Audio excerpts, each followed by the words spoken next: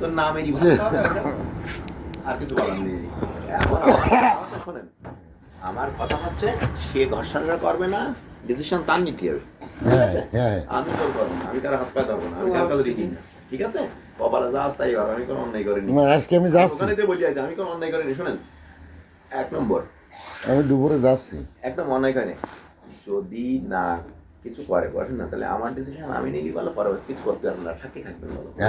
মানুষের আখলাখ চরিত্র যদি উন্নত না বাল দেখি কোনো লাভ আছে?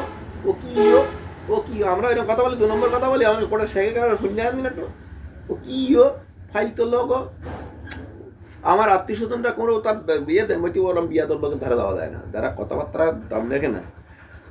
শোনেন, ওই মেয়েটা আমি বললাম, আমি ওর সাথে আগ লাগ করলাম বিয়ের আগে, মানে কী ব্যাপারে, এই ব্যাপার, আমার এই সমস্যা, আমার তো একটা ছেলে আছে। হ্যাঁ, আমার একটা ছেলে আছে, এই নিয়ে তো কোনো কথা হবে না, তাই না, জানো তো।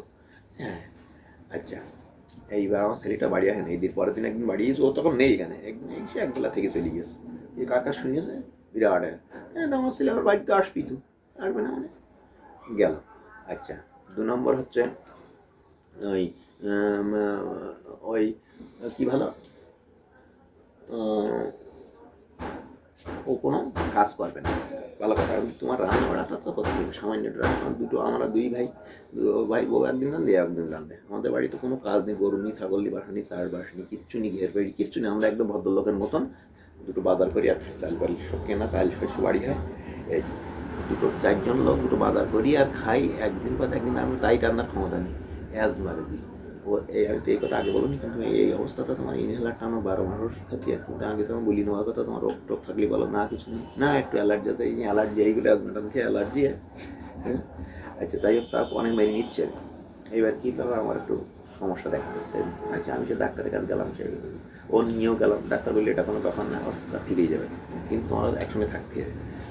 ওর নিয়ে শুনে গেলাম, আমি সেই কন্টিনিউ ওষুধ খাচ্ছি, আমার সমস্যা নেই, আর ওর থাকে না। তাহলে আমি কী বলবো? হবে না, আজকে আমি যাচ্ছি তো, আজকে একটা মোটামুটি একটা কি রাত্রি, আমার কথা হচ্ছে কি জানেন ভাই, রাত্রি কল দিচ্ছি। আমার কথা হচ্ছে কি জানেন, আজকে যদি আমার বাপ সুস্থ থাকতো, আমার বাপের তো চেনেন না আপনি, আমার বাপ যদি আজকে পড়ু না থাকতো, সুস্থ থাকতো, আমি আর কারো কাছে আসছি তো, কথার কথা আপনার কাছে আসছি তো, কারো কথা বলতেই তো এক সিটিজেন ব্যক্তি না। আর ওর মতন বাড়ার বাল আমার বাপের বালে লাগে না। আমার বাপ অনেক কোয়ালিফাইড লোক এবং সারা জীবন মেম্বারি করেছে, স্কুলে সভাপতি ছিল। হ্যাঁ, আপনি দেখেন যত বল, আপনি একরকম বলেন, ওরা একরকম বলেন, তাহলে একসঙ্গে বসে সামনে ডিসিশন করলে তো হয়ে যায়। আর একটা জিনিস, আপনি একটা জিনিস বলেন, ওরা খারাপ, এত খারাপ বদমায়, হেন তেন, এটা ওটাতে, খারাপ লোকের সাথে আপনি থাকবেন কেন ভাই? হ্যাঁ, আপনি খারাপ লোকের সাথে মেরবেন কেন? ঠিক, ঠিক আছে না? ঠিক আছে, তোর মেয়ে তুই যাবে না, তুই থাকবি না, তুই বলতেছ না তোমার আত্মীয় সম্পর্ক সুখী কেউ, তুমি আমাকে বলি বের কি দিলে বাড়ির থেকে, আর সে আমার মাতৃ ট্রেন চলতো। হ্যাঁ, আমি হেঁটে, আরে বাপ রে বাপ, ও মুরব্বী না হলে। হ্যাঁ, আর ওর বাড়ির যে অরিজিনাল কেডা মাতব্বার, আপনি একটা জিনিস বলবেন, ওরা বলিস কি জানেন, ওরা আসে না একাডে কারণ আপনাকে বাড়ির কেডা মাতব্বার, একবার বলে মেয়ে মাতব্বার, একবার বড় মেয়ে।